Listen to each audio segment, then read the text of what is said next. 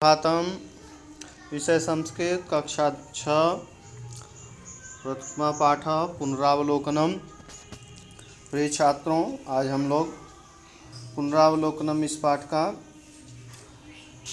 जहाँ तक अध्ययन किए थे उससे आगे का अध्ययन करेंगे। यहाँ से हम लोगों को पढ़ना है का पिबती। यहाँ से आप लोग जैसा चित्र के माध्यम से पढ़ रहे हैं, यहाँ पर देखें एक बकरी है जो कि जल पी रही है। तो प्रश्न और उत्तर दोनों इसमें सम्मिलित है। देखें लिखा है का पिबती, प्रश्नवाचक चिन्ह है का पिबती, यानी कौन पी रही है। तो अजा जलम पिबती, अजा जलम पिबती, यानी अजा जल पी रही है, पीती है। तो अजा मतलब बकरी, जलम पीबती यानी जल पीती है। का पीबती कौन पीती है। उत्तर है अजा जलम पीबती, अजा जल पीती है। फिर देखें के पिबतः, के पिबतः यानी कौन दो पीती हैं। उत्तर अजे जलम पिबतः, यानी दो बकरियां जल पीती हैं।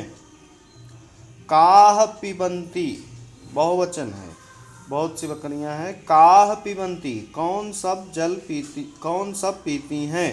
उत्तर अजाह जलम पिबंती, यानी अजा बहुत सी बकरियां जल पीती हैं।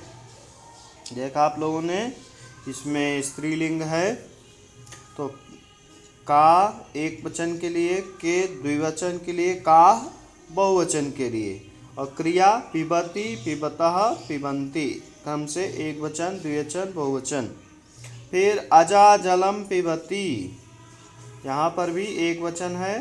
फिर अजे, यहाँ देखें अजे द्विवचन, फिर अजाह बहुवचन, यानी एक दो, दो से अधिक के लिए क्रम से प्रयोग होता है अजा अजे अजाह। अब आगे देखें, वृक्ष है, वृक्ष से फल गिरता है। अब देखें प्रश्न में पहले क्या कहते हैं, किम पतति क्या गिरता है। पत धातु है जिसका अर्थ है गिरना, क्रिया में बनता है पतति। तो किम पतति क्या गिरता है। उत्तर है फलम पतति, फल गिरता है। फिर आगे देखें के पततः क्या दो गिरते हैं। उत्तर है फले पततः, यानी दो फल गिरते हैं। कानि पतंती क्या सब गिरते हैं। उत्तर फलानि पतंती बहुत से फल गिरते हैं। तो इस तरह से क्रम से एक वचन द्विवचन बहुवचन, ये नपुंसक लिंग है। किम के कानि, किम के कानि का प्रयोग होता है। एक के लिए किम, दो के लिए के, दो से अधिक के लिए कानि। इसी तरह से फलम एक वचन, फले द्विवचन, फलानी बहुवचन। पतति क्रिया वही है, एक गिर रहा है तो पतति, दो हैं तो पतता, दो से अधिक है तो पतंती। इस तरह से वाक्य प्रयोग करेंगे। अब ये देखें, ये भी नपुंसक लिंग का उदाहरण है। कमल का पुष्प देख रहे हैं आप लोग, खिल रहा है। तो किम विकसति, ठीक है, किम विकसति क्या खिल रहा है। कमलम विकसति कमल खिल रहा है। फिर के विकसतः क्या दो खिल रहे हैं। तो कमले विकसतः दो कमल खिल रहे हैं।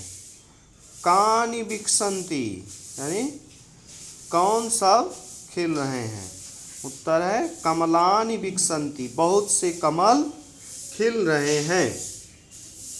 तो इस तरह से इसका ये अर्थ है। तो अब देखें, जैसे ऊपर बताया गया था, नपुंसक लिंग का कोई वस्तु है, शब्द है, तो उसके लिए यदि प्रश्न पूछना है तो क्या शब्द आएगा? किम।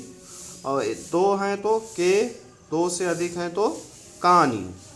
तो किम विकसति, के विकसता, कानी विकसंती। इसी तरह से कमलम जो नपुंसक लिंग शब्द है, कमलम, फिर द्विवचन में कमले, दो से अधिक हैं बहुवचन तो कमलानी।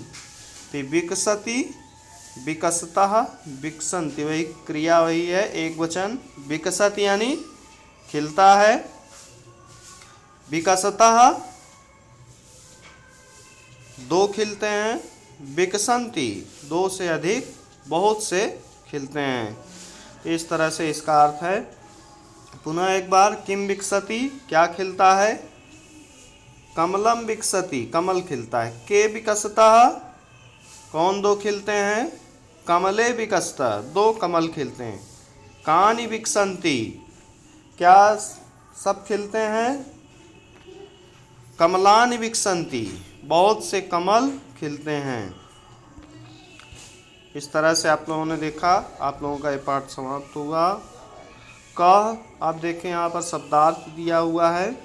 कह जिसका अर्थ है कौन, का इसका भी अर्थ है कौन, किम कौन। तो ये देखें सब पुल्लिंग, स्त्रीलिंग, नपुंसक लिंग। फिर इसके बाद द्विवचन का प्रयोग दिया है, कौ, फिर के। ये देखें तीनों शब्द पुल्लिंग के लिए है।